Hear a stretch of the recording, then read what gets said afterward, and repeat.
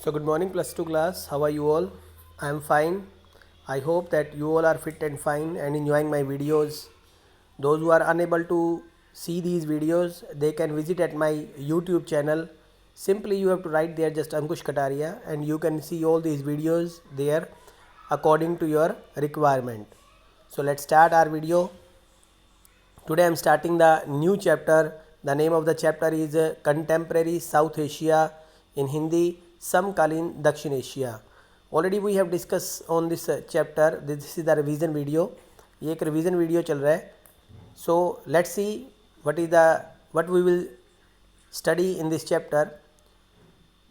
In introduction it is written कि शीत युद्ध के दौर में विश्व के एक बड़े फलक पर हुए बदलावों से नज़र हटाकर अपना ध्यान अपने क्षेत्र यानी दक्षिणी एशिया की ओर मोड़े। 20वीं सदी के आखिरी सालों में जब भारत और पाकिस्तान ने खुद को परमाणु शक्ति संपन्न राष्ट्रों की बिरादरी में बिठा लिया तो यह क्षेत्र अचानक पूरे विश्व की नज़र में महत्वपूर्ण हो उठा।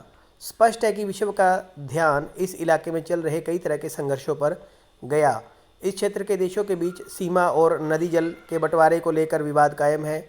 जैसे कि भारत और पाकिस्तान की यहाँ बात हो रही है, आप क्लियरली देख सकते हो कि भारत और पाकिस्तान के बीच जब बंटवारा हुआ तो नदी जल के बंटवारे की भी बात हुई और इसके अतिरिक्त विद्रोह, जातीय संघर्ष और संसाधनों के बंटवारे को लेकर झगड़े भी हैं। इन वजहों से दक्षिणी एशिया का एक इलाका बड़ा संवेदनशील है और अनेक विशेषज्ञों का मानना है कि आज विश्व में यह क्षेत्र सुरक्षा के लिहाज से खतरे की आशंका वाला क्षेत्र है। साथ ही एक बात है कि इस इलाके में बहुत से लोग इस तथ्य की निशानदेही करते हैं कि दक्षिण एशिया के देश अगर आपस में सहयोग करें तो ये क्षेत्र विकास की ओर समृद्ध बन सकता है। सिंपली है कि अगर ये देश सभी आपस के वैर भाव भुलाकर और एक विकास की ओर मुड़ते हैं तो नो डाउट ये सभी देश आपस में एक बहुत ही समृद्ध और एक मजबूत संगठन बना सकते हैं। इस अध्याय में हम दक्षिण एशिया के बीच मौजूद संघर्षों और प्रकृति को इन देशों की आपसी सहयोग में समझने की कोशिश करेंगे। So let's start our chapter. So in this introduction it is clear that here we are going to read about the South Asian countries. At the name itself it is telling that the समकालीन दक्षिण Asia नाम ही बता रहा है कि हम लोग यहाँ दक्षिण एशिया के बारे में, दक्षिण एशिया के इलाके के बारे में पढ़ने जा रहे हैं। So let's start our video. What do you mean by the South Asia? South Asia है क्या? सबसे पहले हम लोग यहाँ देखते हैं अभी साउथ एशिया क्या चीज़ है।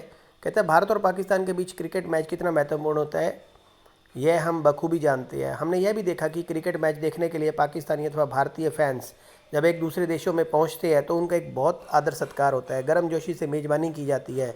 यही हाल दक्षिण एशिया के मामलों का भी है। तो मतलब जब भी आपने देखा कि भारत पाकिस्तान के मैचेस कितने मतलब एक जोश से भरे हुए होते हैं, जहाँ सद्भाव और शत्रुता, आशा और निराशा तथा पारस्परिक शंका और विश्वास के साथ साथ बसते हैं। शुरुआत हम एक बुनियादी सवाल से करें कि दक्षिण एशिया क्या है। सो ऑलरेडी हम लोगों को सबसे पहले जानना चाहिए कि दक्षिण एशिया वाकई में साउथ एशिया है क्या। कहते हैं अमूमन बांग्लादेश, भूटान, भारत, मालदीव, नेपाल, पाकिस्तान और श्रीलंका को इंगित करने के लिए दक्षिण एशिया पद का व्यवहार किया जाता है। अगेन मैं बताऊंगा कि इन सब देशों का जो समूह है या इन सब देशों को बताने के लिए दक्षिण एशिया का नाम लिया जाता है। दक्षिण एशिया उत्तर में विशाल हिमालय पर्वत श्रृंखला, दक्षिण में हिंद महासागर, पश्चिम का अरब सागर और पूर्व के मैदान में बंगाल की खाड़ी से यह इलाका एक बहुत ही प्राकृतिक क्षेत्र के रूप में नज़र आता है। यह भौगोलिक विशिष्टता इस उपमहाद्वीप क्षेत्र की भाषाई, सामाजिक तथा सांस्कृतिक अनूठेपन के लिए जिम्मेदार है। मतलब आप देखेंगे कि lot of diversity is there in northern side, Himalaya mountains are there, in southern side Indian sea, और in the western side Arabian Sea, and the eastern side Bay of Bengal. All these things are surrounded to the Indian subcontinent. इस क्षेत्र में जब तब अफ़गानिस्तान और Myanmar को शामिल किया जाता है।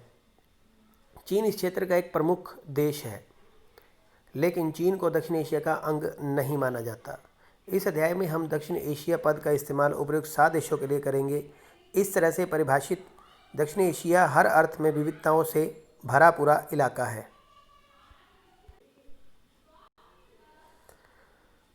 फिर भी भू राजनीतिक धरातल पर यह एक क्षेत्र है। दक्षिण एशिया के विभिन्न देशों में से एक सी राजनीतिक प्रणाली नहीं है। अनेक समस्याओं और सीमाओं के बावजूद भारत और श्रीलंका ब्रिटेन से आज़ाद होने के बाद लोकतांत्रिक व्यवस्था सफलतापूर्वक कायम है।